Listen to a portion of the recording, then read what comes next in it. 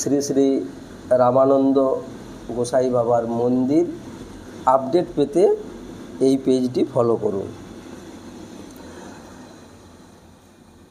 আগামী 6ই ভাদ্র 24শে আগস্ট সোমবার আমাদের এখানে মহাদ্বাদশীর ব্রত পালন হচ্ছে।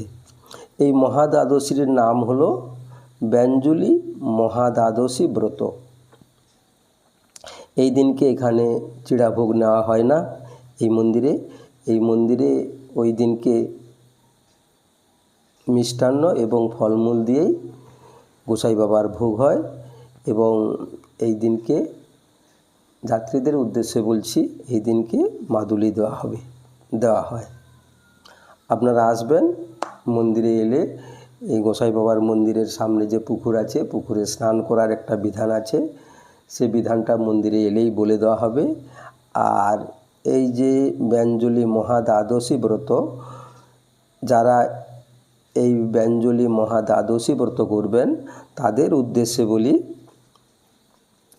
এই ব্রতের পারণ আছে পরের দিনকে 5:53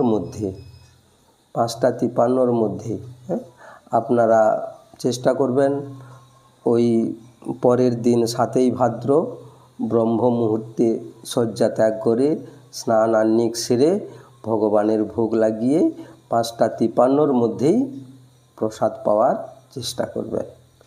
জয় বাবা গোসাই। আর যাত্রীদের উদ্দেশ্যে আরেকটা কথা বলি, প্রত্যেক একাদশীতে বিকেলে যেমন আমার পাঠ হয়, ওই দিনকে 6ই ভাদ্রই বিকালে আমার এই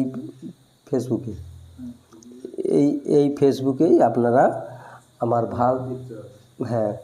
চৈতন্য চরিতামৃত বা ভাগবত বা